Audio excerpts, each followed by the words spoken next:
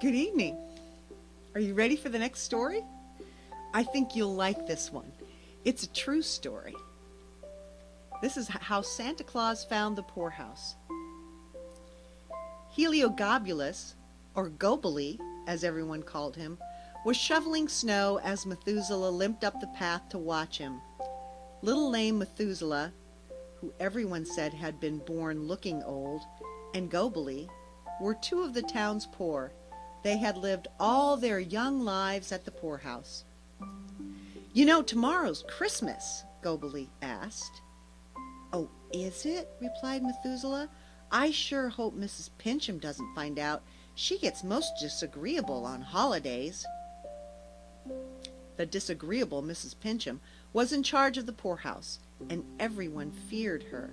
Methuselah continued, "Gobeli, do you believe there really is a Santa Claus?" "Of course there is," declared Gobeli. "I know, 'cause I've seen the presents he's brought to the boys and girls in the village." "Then why don't he ever come here to the poorhouse and bring some?" asked Methuselah. "Well," replied Gobeli, "we're on a pretty crooked road, you know. Maybe Santa Claus just can't find the way." Gobeli always tried to show the bright side of things to Methuselah, even when there wasn't any.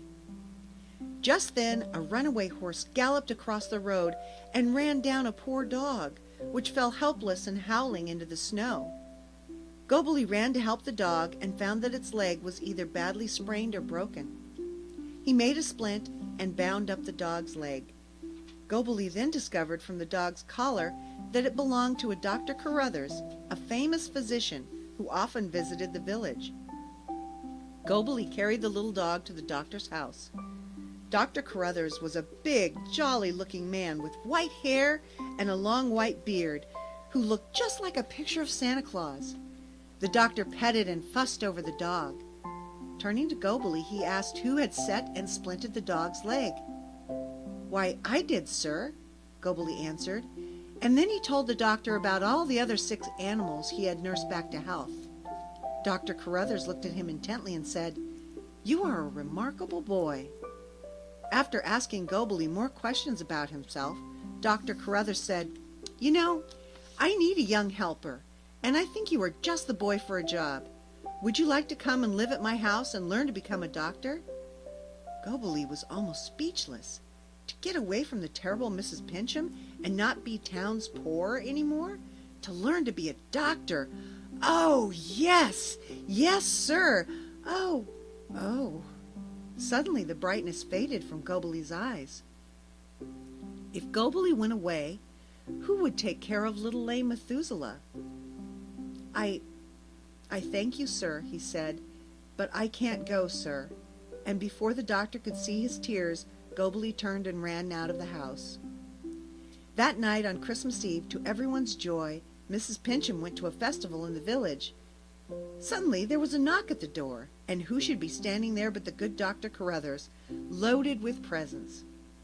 When Methuselah saw the doctor with his long white beard, he gasped, "It's Santa Claus! Oh my, I'm so glad you come! Santa Claus, you look just like your pictures!" The doctor laughed as he handed a brightly colored package to the little boy. He noticed Methuselah's lameness, and he inquired about it. After a moment, Dr. Carruthers said, "I know of a hospital in the city where you might be cured. Do you have any relatives or friends?" "Oh, yes," Methuselah answered quickly. "I've got Gobeli." The doctor looked sharply at Gobeli. "Is he the reason you wouldn't go with me, boy?" "Well, I'm all he's got," said Gobeli. The doctor was deeply moved, and then he said, "Suppose I take Methuselah to live with us too." This time Gobeli didn't mind if anyone saw his tears, and Methuselah clapped his hands for joy. Of course he didn't know then what was in store for him, that he would soon be cured, and that Methuselah and that Gobeli would one day become a famous surgeon. All that Methuselah now understood was that Santa Claus was taking him away with Gobeli. Now, wouldn't you agree that Santa Claus had found the poorhouse? Good night. I'll see you tomorrow.